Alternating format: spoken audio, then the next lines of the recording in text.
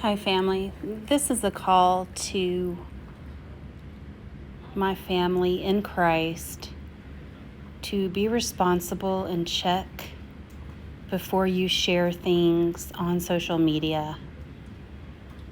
And be sure you're not bearing false witness or discrediting us as believers. We represent Christ.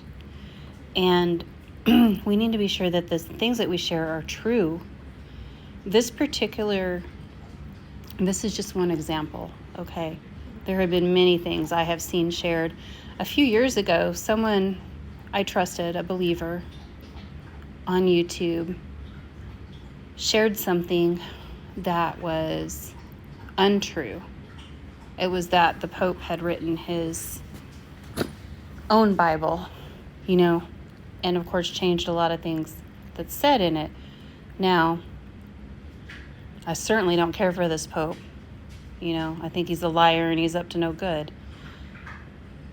But what she shared was not true, and I had shared it with my husband, and then I was embarrassed because I found out it wasn't true. And it makes me look like a fool and makes him think the people I'm listening to, that it's not good. And so when we share these things and we become kind of like a Christian, in finger quotes, National Enquirer, Christian version of a National Enquirer, sharing sensationalism and conspiracy theories and things like this. And when we do that, it makes it, we're representing the Lord, and it makes His church look bad and reflects on how people perceive Him, and His children. And I had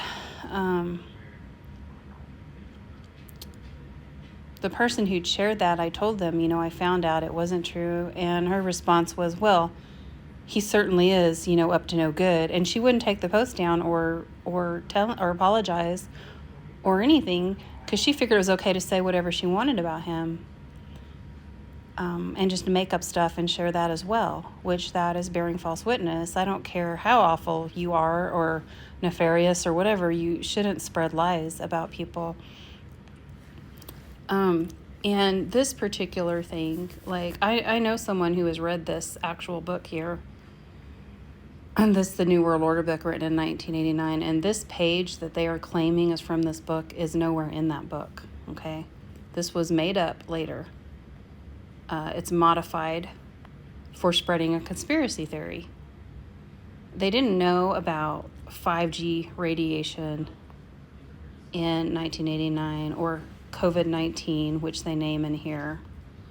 So someone is using this to spread fear. Now, is there something nefarious going on and a new world order, being enacted and all of that? And sure, yes, but to share this kind of thing as a believer that is false, and then somebody checks up on it and finds out, say they look through the book or whatever, and they find out what you shared is false, that discredits you. What else are they going to think you're lying to them about? Unbelievers can be like, well, the Christians are gullible and they're liars and they spread lies and they're untrustworthy. And then a believer, of course, can think, oh, well, they're my brothers and sisters in Christ, I can trust them.